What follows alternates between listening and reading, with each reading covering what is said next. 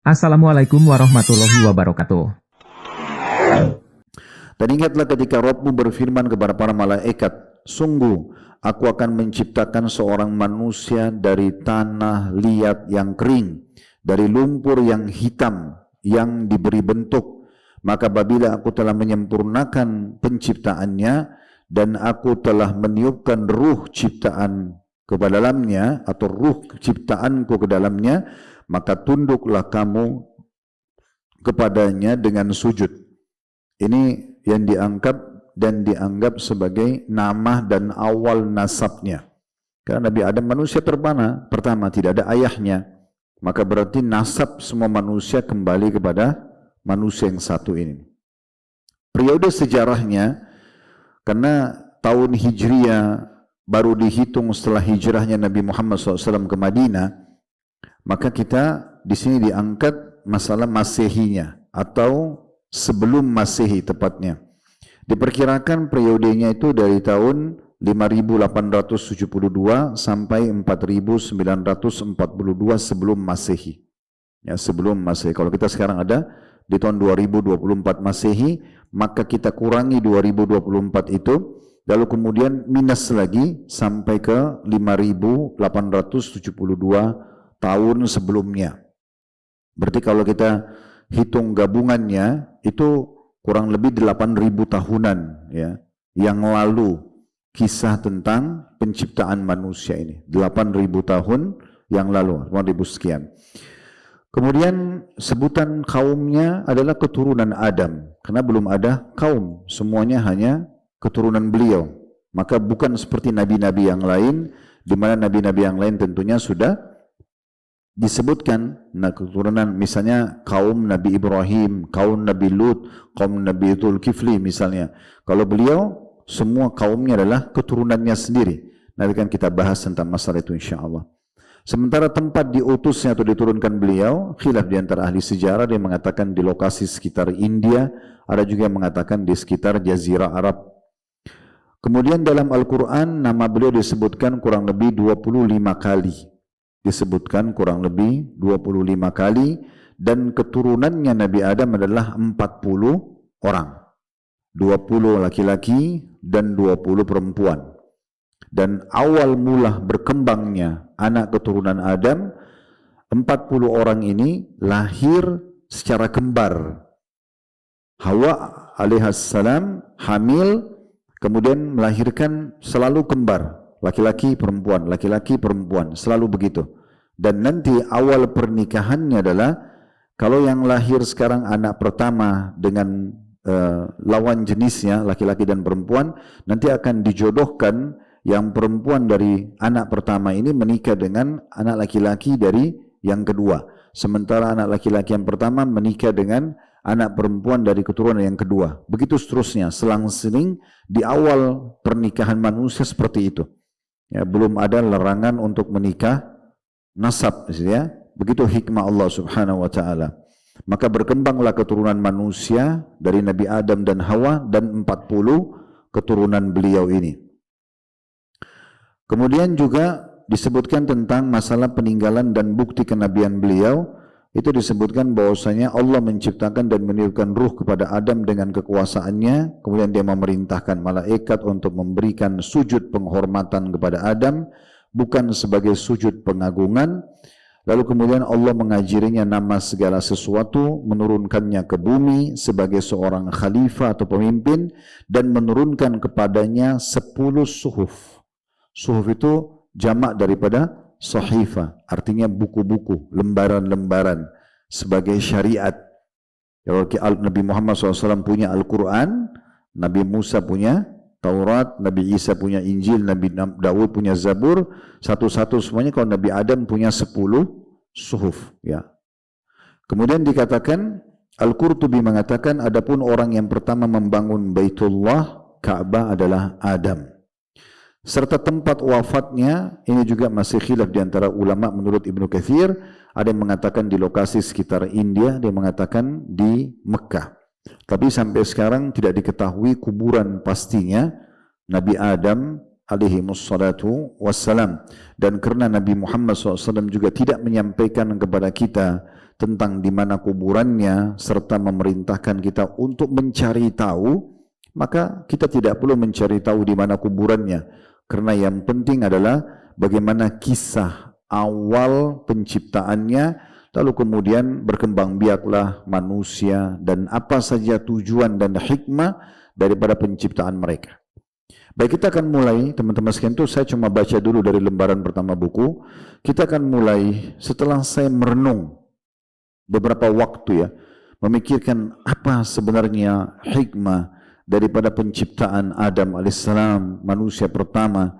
Dan kita bisa bayangkan teman-teman sekalian, kalau kita bicara tentang Adam alaihissalam, berarti semua manusia di muka bumi ini, dari suku manapun, dari warna kulit, ya, bagaimanapun, dari postur tubuh, ya, perbedaan seperti apapun, semuanya kembali kepada satu manusia ini. Mau orang kulit hitam dari Afrika, mau orang bule yang ada di Eropa dan Amerika sana, mau orang Arab di Jazirah Arab, mau orang Melayu di Asia Tenggara, mau orang-orang yang mirip dengan orang Cina dan orang Jepang di Asia Tengah ke atas, semuanya itu kembali kepada satu orang ini. Nanti kan kita sebutkan, kok bisa Nabi Adam wujudnya satu, istrinya Hawa juga wujudnya satu, tapi keturunannya bermacam-macam warna kulit dan juga paras wajah dan postur tubuh. Nanti akan dijelaskan hikmahnya apa dan kenapa bisa seperti itu.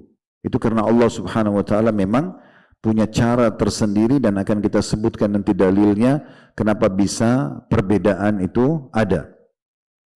Namun yang paling penting dalam masalah ini adalah kita kalau berbicara tentang Adam alaihissalam, kita sedang berbicara teman-teman sekalian tentang awal sejarah manusia.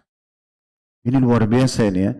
Jadi miliaran manusia sekarang ini, tadi saya bilang dari berbagai macam bahasa, postur tubuh, paras wajah, ya, bahkan mungkin perbedaan jenis kelamin juga laki-laki dan perempuan, dan perbedaan agama serta keyakinan tetap kembali kepada satu orang ini. Kalau kita bisa sepakat, ya, meyakini tentang kebenaran ini, maka nanti akan mengerucut juga kepada tauhidnya Allah Subhanahu wa taala. Karena ternyata kalau Adam memang kita sepakati manusia pertama sebagaimana orang-orang beriman yakini itu, dan kita tentunya hadir pun di sini mempelajari karena kita punya keyakinan itu, maka pasti juga akan membawa kita kepada tauhid, mengesahkan Allah. Karena yang ciptakan Adam adalah Allah Subhanahu wa taala, dan Allah itu esa. Dan Allah rincikan panjang lebar tentang masalah prosesi penciptaannya dan akan menjadi bagian daripada bahasan kita. Tapi disinilah teman-teman sekalian bermula sejarah manusia. Disinilah bermula sejarah manusia. Jadi memang tidak boleh luput dari kita untuk mempelajari manusia atau sejarah manusia ini. Kenapa teman-teman sekalian? Karena banyak juga di antara keturunan Adam yang menyimpang akhirnya. Ya, kita tidak asing dengan lahirnya Darwin dan yang semisalnya yang mengatakan manusia dari kerah.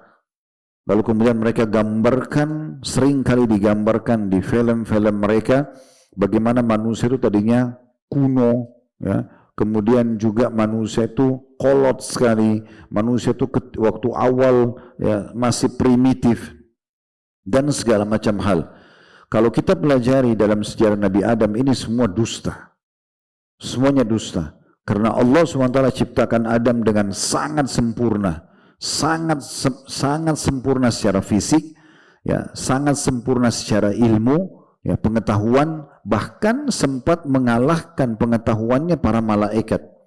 Jadi nggak ada primitif, tapi justru manusia adalah sempurna dari awal diciptakan. Nanti akan kita jelaskan dalilnya. Jadi pengklaiman bahwasanya manusia dari kerah ini kedustaan luar biasa. Saya pernah melihat satu dokumenter berjalan sekitar 100 tahun, pendapat Darwin di tahun-tahun tertentu itu didukung hampir seluruh dunia, banyak ilmuwan barat itu mendukungnya. Karena mereka buat satu rekayasa tengkorak, dibuat tengkorak itu ditempel-tempel dan seperti kesannya tengkorak itu adalah dari kerah lalu berubah jadi manusia. Dan setelah 100 tahun baru kebongkar tentang kedustaannya, kalau itu tengkorak ternyata cuman dirakit saja. Dan terlalu banyak data-data ilmiah yang membuktikan ternyata ya, teori yang mereka kembangkan itu tidak benar. Capung ya atau apalah fosil hewan yang ditemukan sekian ribu tahun yang lalu itu akan sama tetap dengan yang ditemukan yang sekarang. Tidak ada bedanya. Ya. Seperti itulah. Mungkin ada besar kecil, tetapi untuk komponen yang ada di tubuhnya tetap sama. Maka ini pembantahan yang sangat nyata kalau kita pelajari tentang Adam alaihissalam. Dan juga bagaimana ya, kita bisa tahu dengan mempelajari kisah Adam alaihissalam, ayah kita semuanya, ya, dari laki-laki dan perempuan semua ini, turunan anak Adam, semuanya kembali kepada manusia terbaik. Ini kita jadi tahu kenapa kita diciptakan, untuk apa kita diciptakan di muka bumi ini. Jadi kita tahu tujuannya, ya, kenapa kita ada, untuk apa, ya, apa sasarannya. Ternyata semua itu mengerucut kepada Allah ciptakan Adam untuk menjadi pemimpin di muka bumi dan mentauhidkan Allah Subhanahu wa taala, juga memerintahkan keturunannya untuk menjalankan itu, dan Allah utus dari keturunan anak Adam sendiri para nabi-nabi dan rasul, penerus estafet pemberitahuan tentang Allah dan syariatnya oleh keturunan anak Adam itu sendiri. Kemudian terus menerus, ya, dalam kitab-kitab diceritakan, termasuk terakhir dalam kitab Al-Quran. Tanpa memahami kisah Adam, tanpa memahami kisah para nabi-nabi yang melanjutkan estafet dakwanya Nabi Adam, kita tidak bisa memahami Al-Quran. Mayoritas isi Al-Quran bicara tentang mereka. Bahkan tidak sedikit surah-surah Al-Quran dinamakan dengan surah para nabi-nabi ini. Kita tahu ada surah Hud, ya, surah Yunus, surah Ibrahim, ya, kemudian surah Yusuf, ya, surah Yunus, surah Muhammad alaihissalam ada digabungin dengan surah Al-Anbiya. Mayoritasnya menceritakan tentang kisah-kisah mereka.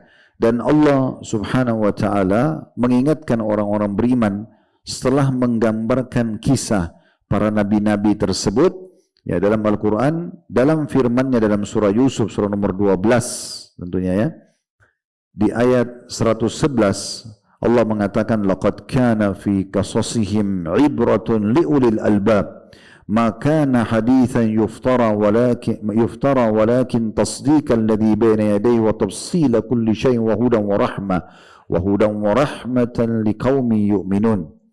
Al-Quran ini bukanlah cerita yang dibuat-buat, tetapi membenarkan kitab-kitab sebelumnya dan merincikan segala sesuatunya sebagai petunjuk dan juga rahmat bagi kaum yang mau beriman. Dari sini juga kita tahu ternyata manusia itu bukan ciptaan yang pertama, tetapi justru makhluk Allah yang terakhir.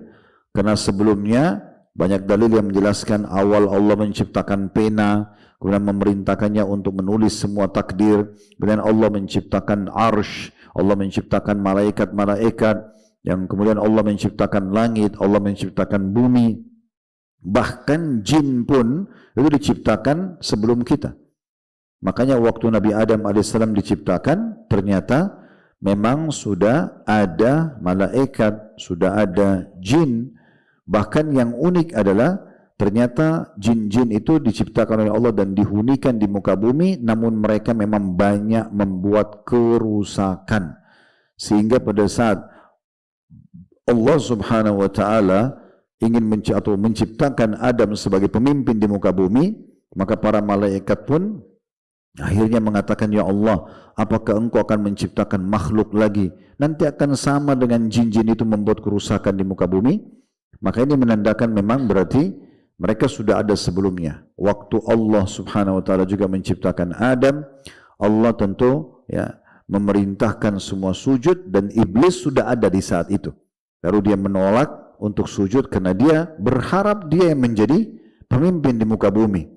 Karena sebagian athar menyebutkan kalau iblis ini sempat naik ke langit dan bersama dengan para malaikat di saat penciptaan Adam dan disuruh sujud. Karena memang kesolehan dia dibandingkan dengan jin-jin yang lain yang ada di muka bumi yang buat kerusakan. Namun setelah dia kufur kepada Allah, tidak mau sujud terhadap perintah Allah yang Allah suruh sujud kepada Adam, maka di saat itulah baru kemurkaan Allah datang kepada dirinya. Namun intinya ternyata sudah ada makhluk-makhluk ini sebelumnya. Semua ini teman-teman sekalian, air yang kita konsumsi untuk mandi, untuk minum, udara yang kita hirup, api yang kita pakai, semua ini tumbuh-tumbuhan, hewan-hewan, ini bukan hal yang baru. Semua ini sudah ada sebelum kita diciptakan, sebelum Nabi Adam diciptakan. Nabi Adam alaihissalam diciptakan oleh Allah, kemudian diturunkan ke bumi dari langit sana, sementara semua ini sudah ada. Sebagaimana kita lahir dari rahim ibu kita, semua ini sudah ada, begitulah keadaan Nabi Adam alaihissalam. Berarti ini bukan hal yang baru dan sudah ada penciptanya sebelumnya. Jadi ini semua akan membantah pemikiran-pemikiran mengatakan tidak ada Tuhan, ya. Ini semua terjadi begitu saja, atau manusia dari kerah tadi, atau apalah pemikiran-pemikiran yang menyimpang. Jadi mempelajari kehidupan manusia pertama ini dan ayah kita semua ini luar biasa. Mengerucutkan kita kepada pengenalan tentang tauhid atau pengesahan sang pencipta Allah yang menciptakan Adam, lalu semua manusia berkembang biak dari manusia ini. Kemudian juga ya dengan banyak hikmah-hikmah yang lain, di antaranya kata Nabi SAW, kalian semua dari Adam dan Adam dari tanah. Artinya walaupun kita beriman, ada orang-orang yang kafir, bukan kita bertugas untuk menyombongkan diri, tapi kita justru mendakwahi mereka. Kita anggap mereka satu saudara dengan kita. Bagaimana kita menyampaikan kepada mereka kebenaran supaya mereka selamat baik dunia maupun akhirat. Nah, seperti itu kurang lebih